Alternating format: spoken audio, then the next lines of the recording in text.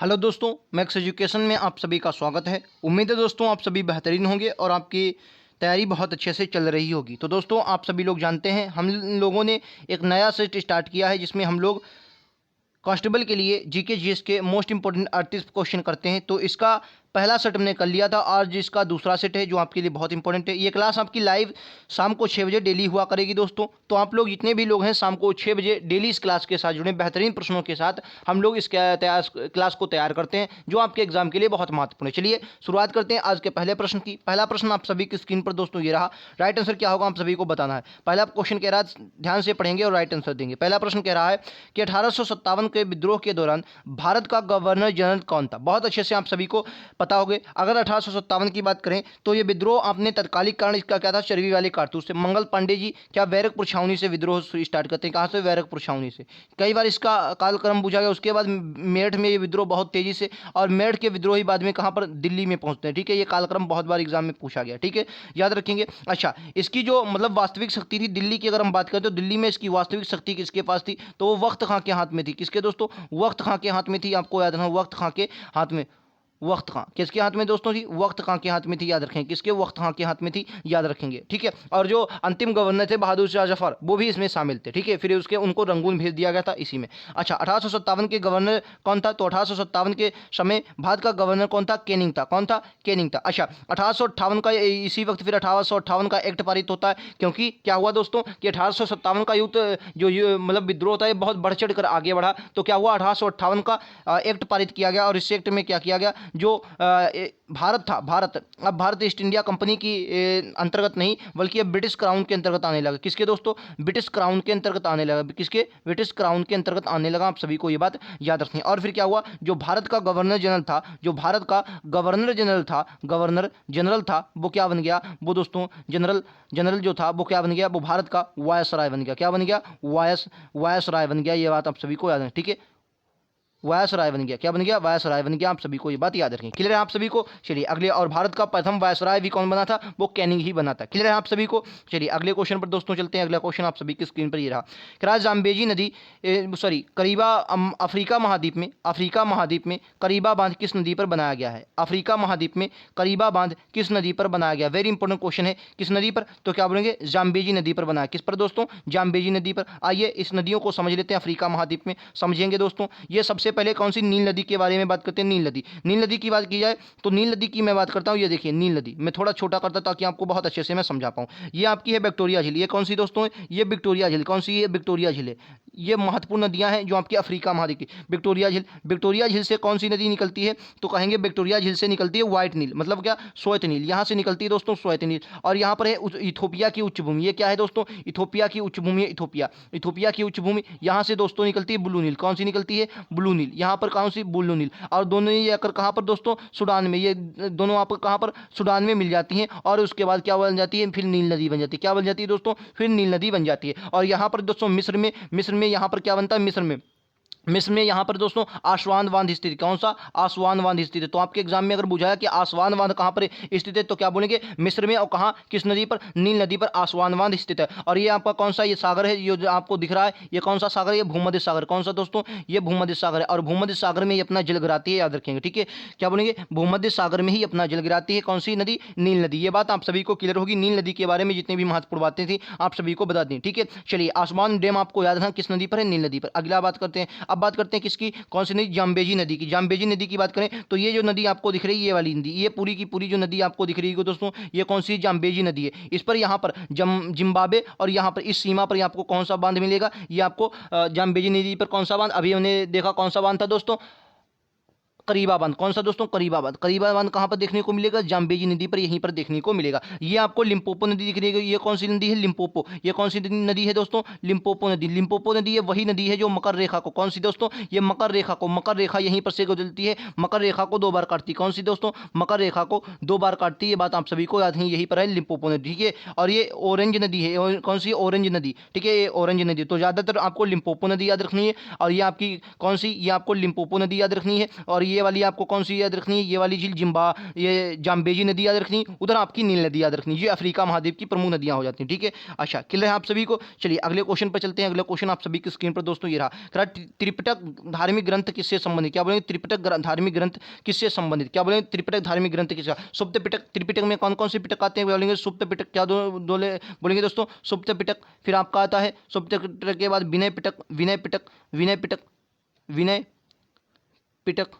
फिर आपका सुप्त पिटक, विनय पिटक, अभिधम्म पिटक, क्या बोलेंगे दोस्तों, अभिधम्म पिटक, अभिधम्म पिटक। ये तीन आपको आते हैं। और किससे, यह बौद्ध धर्म संबंधित, किससे दोस्तों, यह बौद्ध धर्म से संबंधित। आप सभी को यह बात क्लियर होगी। चलिए अगले क्वेश्चन पर चलता हूं। बौद्ध धर्म के बारे में आप सभी को महत्वपूर्ण बातें बताऊंगी। गौतम बुद्ध जी इनके क्या थे, मतलब संस्थापक थे। नेक्स्ट क्वेश्चन, विजय स्तंभ कहाँ स्थित, विजय स्तंभ की कुछ इतिहास के बारे में बात करें। इतिहास क्या कहता है विजय स्तंभ के बारे में, तो इतिहास की बात करें तो विजय स्तंभ मेवाड़ के राजा थे। कौन, मेवाड़ के राजा थे, क्या नाम था, मेवाड़ के राजा राणा कुंभा, क्या नाम था, राणा कुंभा, राणा कुंभा, राणा कुंभा। और युद्ध होता है किसके बीच, राणा कुंभा वर्सेस महमूद खिलजी के बीच। कौन सा, महमूद खिलजी। हालांकि जो महमूद खिलजी है, खिलजी वंश का शासक नहीं था, बल्कि जब दिल्ली सल्तनत को आप पढ़ते हैं तो वहां पर देखते हैं कि कुछ छोटे छोटे राज्य उदय हुए थे, उन्हीं में से एक ये था, ठीक है, महमूद खिलजी। महमूद खिलजी से युद्ध होता है, खिलजी से युद्ध होता है, तो उसमें राणा कुंभा विजय का दावा करते हैं। और कहाँ पर, ये विजय स्तंभ, उसी के विजय के उपलक्ष्य में दोस्तों विजय स्तंभ का निर्माण करते हैं। कौन, राणा कुंभा। उसी विजय के उपलब्धि में, विजय में क्या करते हैं, राणा कुंभा निर्माण करते हैं। कहाँ पर, चित्तौड़गढ़ में, ठीक है। तो अगर बुझा है कि विजय स्तंभ का निर्माण किसने किया था, किसने, राणा कुंभा में, किसके, महमूद गजनवी से विजय के प्राप्त के उद्देश्य से, ठीक है। तो राइट आंसर क्या हो जाएगा दोस्तों, सी हो जाएगा। नेक्स्ट क्वेश्चन आप सभी की स्क्रीन पर दोस्तों, अगर आप यूपी कांस्टेबल की तैयारी करते हैं तो आप सभी को बता दें, क्लास आप सभी के लिए बहुत इंपॉर्टेंट है, क्योंकि यहाँ पर वो क्वेश्चन मैं आपके लिए लेकर आता हूँ जो आपके एग्जाम में सीधा छपेंगे, ठीक है। कह रहा है वर्तमान में पाकिस्तान की समस्याओं में से क्या शामिल नहीं है। दोस्तों ऐसे लगातार प्रश्न स्टैटिक जीके मैं फिर से बताऊं, और कांस्टेबल की तैयारी आप करते हैं तो स्टैटिक जीके पर बहुत अच्छे से आपको पकड़ रखनी पड़ेगी, क्योंकि यहाँ से क्वेश्चन बनते हैं। सेना का राजनीतिकरण बिल्कुल है भैया, कट्टरपंथी भी चल रही है, राजनीतिक भ्रष्टाचार, लेकिन उपजाऊ जमीन की जो अनुपलब्धता, ये बात गलत है, ठीक है। कह रहा कौन सा शामिल नहीं, हालांकि उपजाऊ जमीन यहाँ पर है, तो राइट आंसर क्या हो जाएगा, डी हो जाएगा। नेक्स्ट क्वेश्चन पर चलते हैं। अगला क्वेश्चन आप सभी की स्क्रीन पर ये रहा। कह रहा संसद को भंग करने में कौन सक्षम, क्या बोलेंगे, संसद को भंग करने में कौन सक्षम है। अगर बात करें संसद की तो आप सभी को अगर पता होगा कि अगर बुझाया कि संसद के, क्या बुझाया कि संसद के अंग कितने हैं, बुझा जाए अंग कितने, तो क्या बोलेंगे, संसद के अंग हैं 3। कौन कौन से, राष्ट्रपति, क्या बोलेंगे दोस्तों, राष्ट्रपति होता है, ठीक है। आपकी एक लोकसभा होती है, लोकसभा, एक आपकी कौन होती है, राज्यसभा, ठीक है। अगर बुझाया संसद के सदन कितने, क्या बोलेंगे, संसद के सदन बुझाया है तो 2 ही बताना है, एक आपकी लोकसभा, एक आपकी राज्यसभा, एक होती है राज्यसभा, एक होती है लोकसभा। 2 आपके सदन हैं, 3 अंग हैं संसद के 3 अंग, 2 सदन है, ये बात आप सभी को क्लियर होगी, ठीक है। अच्छा, संसद की अगर आर्टिकल की बात करें, आर्टिकल कहां पर चर्चा, संसद की चर्चा किस आर्टिकल में, तो क्या बोलेंगे, अनुच्छेद 79 में किसकी, संसद का हमें चर्चा मिलती है। क्लियर है बात आप सभी को। अच्छा, संसद को भंग कौन कर सकता है, आप सभी को याद है, संसद को भंग करने की शक्ति किसके पास है, तो क्या बोलेंगे, संसद को भंग करने की शक्ति किसके पास है, तो राष्ट्रपति के पास है, राष्ट्रपति के साथ, लेकिन अपनी मर्जी से नहीं भैया, सलाह किसकी होगी, मंत्रिपरिषद यानी कि प्रधानमंत्री की सलाह पर, किसकी, प्रधानमंत्री यानी कि मंत्रिपरिषद की सलाह पर यह कार्य किया जाएगा। राइट आंसर विकल्प उत्तर ए होगा। अगले क्वेश्चन पर दोस्तों चलते हैं। अगला क्वेश्चन आप सभी की स्क्रीन पर ये रहा। राइट आंसर क्या होगा, राष्ट्रीय एकता परिषद का अध्यक्ष कौन होता है। राष्ट्रीय एकता परिषद की बात की जाए तो इसका गठन कब हुआ था, क्या बोलेंगे, 1961 में इसका गठन हुआ था। उस वक्त भारत के प्रधानमंत्री कौन थे, नेहरू जी ने इसका गठन किया था। और आपको याद है इसका जो अध्यक्ष होता है वो प्रधानमंत्री ही इसके अध्यक्ष होते हैं। राइट आंसर विकल्प उत्तर ए होगा। ये बात आप सभी को समझ में आ रही है। कब गठन हुआ, तो बोलेंगे राष्ट्रीय एकता परिषद का गठन कब हुआ, 1961 में इसका गठन हुआ था। ये बात आप सभी को याद रखनी। क्लियर है आप सभी को, उम्मीद है यह बात आप सभी को क्लियर होगी। चलिए अगले क्वेश्चन पर चलते हैं। अगला क्वेश्चन कह रहा है निम्नलिखित में से कौन सा युग्म सुमेलित नहीं है। कह रहा है टॉमस रेले विश्वविद्यालय आयोग, एंड्रूज फ्रेजर पुलिस आयोग, स्कॉट मनक्रीफ सिंचाई आयोग, एडम लैंसडाउन सैन्य आयोग। क्या बोलेंगे, क्वेश्चन नंबर 9 आप सभी की स्क्रीन पर। तो कह रहा है कौन सा सुमेलित नहीं है, बुझा बिल्कुल सुमेलित है। टॉमस रेले विश्वविद्यालय आयोग आया था, एंड्रू फ्रेजर पुलिस आयोग आया था, स्कॉट मनक्रीफ सिंचाई आयोग था, लेकिन एडम लैंसडाउन के समय सैन्य आयोग नहीं आया था। ऑप्शन नंबर डी इस क्वेश्चन का राइट आंसर हो जाएगा। कौन सा सुमेलित नहीं आपसे पूछा गया। चलिए अगले क्वेश्चन पर चलते हैं। अगला क्वेश्चन आप सभी की स्क्रीन पर ये रहा।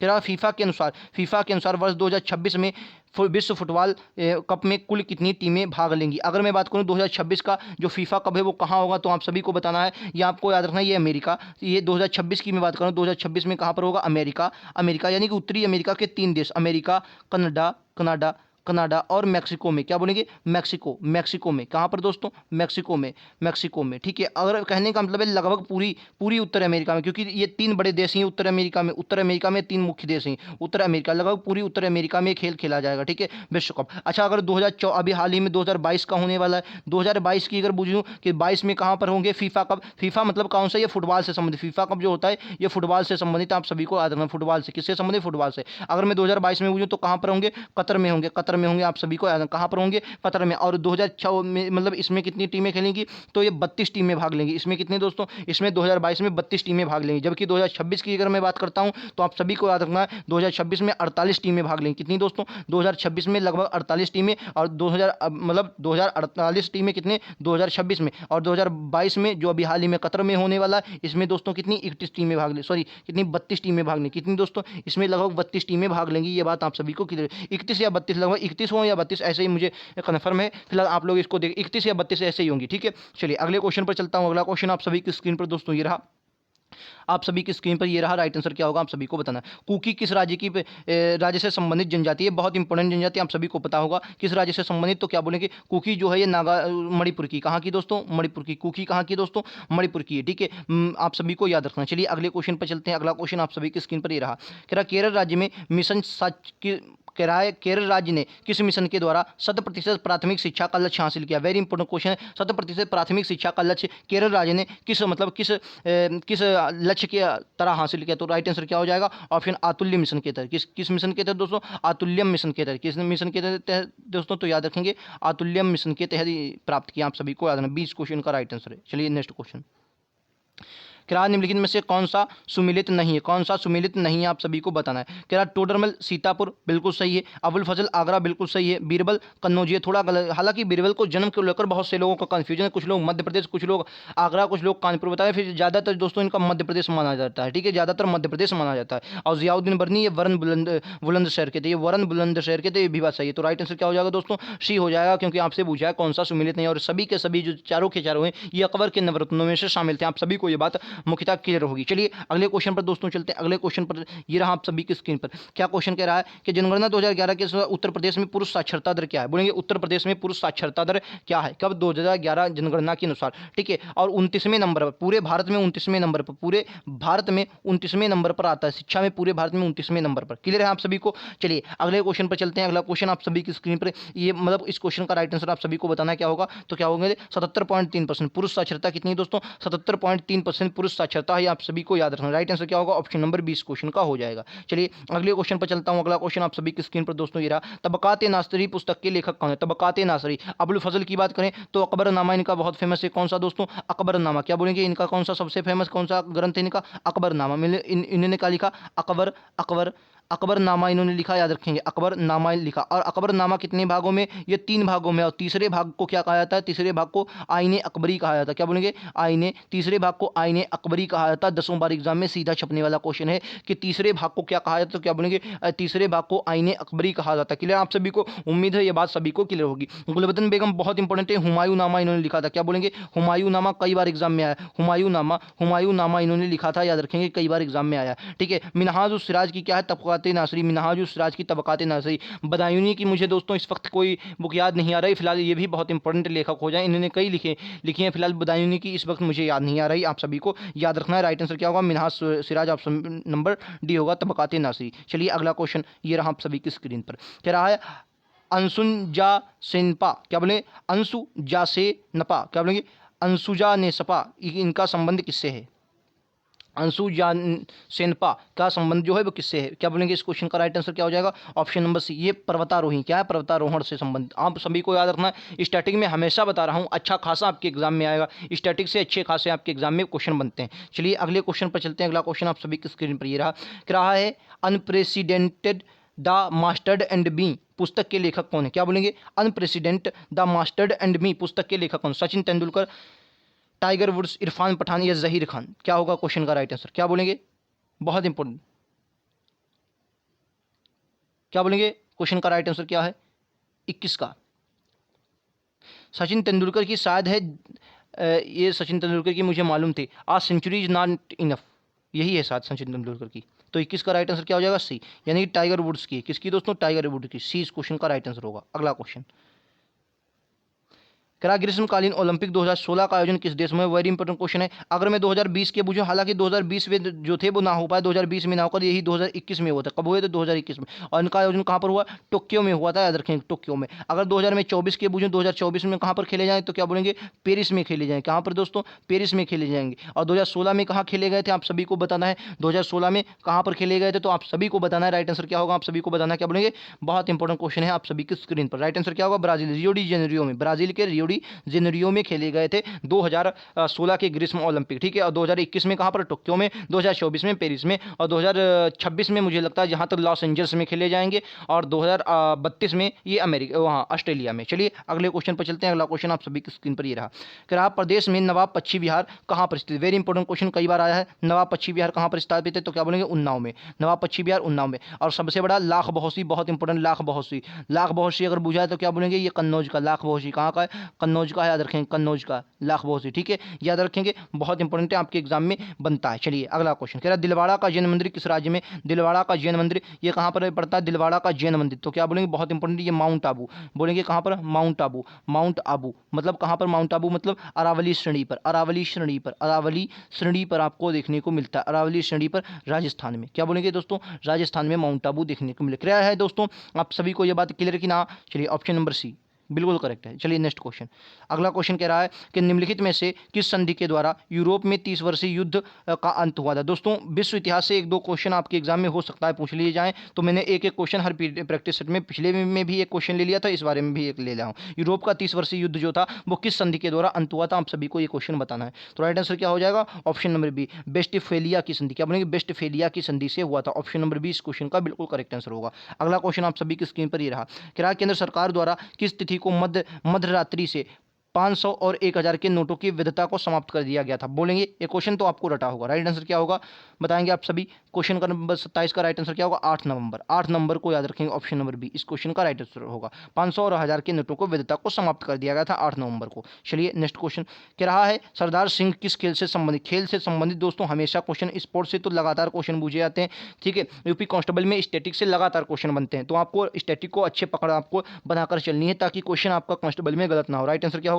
ये हॉकी से संबंधित। किससे दोस्तों? हॉकी से संबंधित है, याद रखेंगे। चलिए अगला क्वेश्चन आप सभी की स्क्रीन पर ये रहा। दोस्तों ये डेली 6 बजे क्लास होगी और सुबह मैं आपको बता दूं, सुबह 10 बजे क्लास होती है सुबह, और दोपहर 3 बजे। कितने बजे? दिन में 3 बजे। दिन में 3 बजे मतलब दोपहर 3 बजे हिंदी की बहुत इंपॉर्टेंट क्लास। किसकी? हिंदी की, जो आपके एग्जाम के लिए बहुत इंपॉर्टेंट, खासकर कांस्टेबल के लिए स्पेशल क्लास बनाता हूँ 3 बजे, उसको भी आप ज़रूर देखें। वो आपके लिए मतलब हिंदी की एकमात्र क्लास आपके लिए बहुत फेमस है, ठीक है। और ये आपकी 6 बजे शाम को जीएस की क्लास, इसको दोनों को आपको जरूर लेना है, ठीक है। बाकी बताना है। सौर सेल द्वारा किस ऊर्जा को विद्युत ऊर्जा में बदला जाता है? सौर सेल द्वारा किस ऊर्जा को विद्युत ऊर्जा में बदला जाता है? क्वेश्चन नंबर 30 आप सभी की स्क्रीन पर।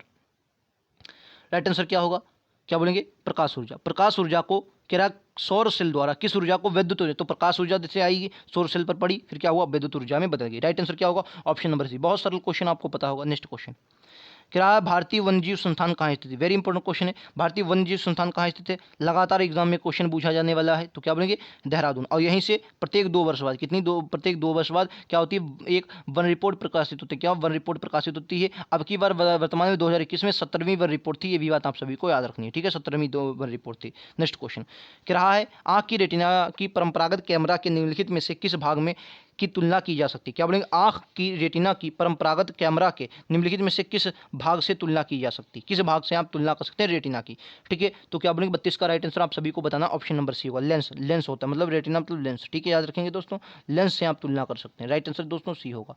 नेक्स्ट क्वेश्चन, अगला क्वेश्चन आप सभी की स्क्रीन पर ये रहा।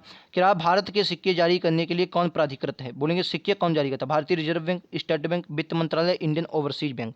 क्या बोलेंगे? तो आपको सभी को ये क्वेश्चन पता होगा। राइट आंसर क्या होगा? आप सभी को ये बात मालूम होनी चाहिए। राइट आंसर विकल्प उत्तर क्या होगा? सिक्के जारी करता है। सिक्के कौन जारी करता है? सिक्के ये वित्त मंत्रालय जारी करता है। क्या दोस्तों? वित्त मंत्रालय जारी करता है। ऑप्शन नंबर बी वित्त मंत्रालय, सिक्के वित्त मंत्रालय जारी करता है। नेक्स्ट क्वेश्चन क्या एगमार्क क्या है दोस्तों? यह एगमार्क क्या होता है? एगमार्क यह श्रेणीकृत कृषि पांड्यों को जारी किया जाता है, विपणनशील होता है। इसका तात्पर्य कृषि विपणन में इतर गतिविधियों से है या कृषि प्रबंध में निगमन प्रतिनिधित्व है। तो क्या बोलेंगे, ऑप्शन नंबर है, यह श्रेणीकृत मतलब यह श्रेणीकृत कृषि पांड्यों के लिए जारी किया गया एक विपणनशील होता है। तो राइट आंसर एक मार्क क्या है, ऑप्शन नंबर ए, 34 का राइट आंसर ए हो जाएगा। नेक्स्ट क्वेश्चन कह रहा है पुस्तक फिरोज दा फारगेंट गांधी के लेखक कौन है। क्या बोलेंगे, पुस्तक जो है फिरोज दा फारगेटन गांधी के लेखक जो हैं वो कौन है, आप सभी को बताना है। वेरी इंपॉर्टेंट क्वेश्चन ये भी है। ऑप्शन बी क्या हो जाएगा, वर्टिल फॉल हो जाएंगे, वर्टिल फॉल्क, ऑप्शन बी।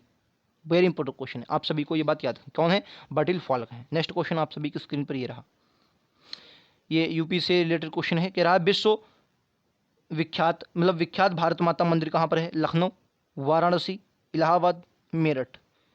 तो क्या बोलेंगे, वाराणसी मंदिर कहाँ पर है, बिल्कुल सही, कहाँ पर, वाराणसी। यूपी जीके का मोस्ट इंपोर्टेंट क्वेश्चन 10 बार एग्जाम में सीधा छपा है। अगला क्वेश्चन क्या कह रहा है कि महिला विश्व कप क्रिकेट 2017 किसने जीता। 2017 ये हुआ कहाँ था, अगर पूछ लें तो कहाँ पर हुआ था, तो 2017 वाला आपको हमेशा याद रखना, 2017 वाला कहाँ पर हुआ था, इंग्लैंड में। कहाँ पर हुआ था, इंग्लैंड में। कहाँ पर दोस्तों, इंग्लैंड में। और 2022 में कहाँ पर होगा, 2022 में अगर पूछ लूँ, हुआ मतलब हो चुका है, 2022 में न्यूजीलैंड में हो चुका है। कहाँ पर दोस्तों, न्यूजीलैंड में हो चुका है।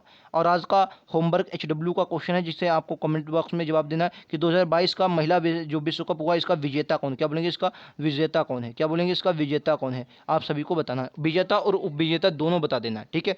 आप सभी के लिए बहुत इंपॉर्टेंट है, 2022 में किसने जीता, कौन हारा, कहाँ हुआ, मैंने बता दिया, न्यूजीलैंड में, और 2017 वाला इंग्लैंड में, ठीक है। तो मतलब क्रिकेट का जीता कौन था, 38 वाला कौन जीता था, मतलब ये 2017 वाला कौन जीता था, तो आप सभी को याद रखना कौन जीता, इंग्लैंड ही जीता था, इंग्लैंड ही इसको जीता था, ठीक है। याद रखेंगे दोस्तों, याद रखेंगे। चलिए अगले क्वेश्चन पर चलता हूं। अगला क्वेश्चन कह रहा पेरिस जलवायु समझौता किस तिथि को लागू हुआ। जलवायु से क्वेश्चन आपके एग्जाम में लगातार पूछे जाते हैं, तो आप सभी को याद रखना है ये आपका कब लागू हुआ था। तो क्या बोलेंगे, 4 नवंबर 2016 को। क्या बोलेंगे, 4 नवंबर 2016 को लागू हुआ था। याद रखें, 4 नवंबर 2016 को लागू हुआ था, ठीक है, याद रखें। Very important question. तो यही थी आज की हमारी क्लास। उम्मीद है दोस्तों आप सभी को क्लास बेहतरीन लगी होगी, पसंद आई होगी। अगर क्लास पसंद आई तो लाइक से सब्सक्राइब जरूर करें। आपको शाम को डेली 6 बजे, क्या बोलेंगे, शाम को 6 बजे डेली जुड़ना है, जो आपके लिए बहुत इंपॉर्टेंट होगी। यहाँ पर हम लोग क्या करते हैं, बेहतरीन क्वेश्चन करेंगे, ठीक है, जो आपके कांस्टेबल के लिए। और आपको दोपहर 3 बजे, मतलब दोपहर का 3 बजे भी जरूर जुड़ना है, क्योंकि यहाँ पर हिंदी की क्लास होती है, जो आपके लिए बहुत इंपॉर्टेंट, ठीक है। अगर आप पेट की तैयारी करना है तो सुबह 10 बजे और रात को 8 बजे,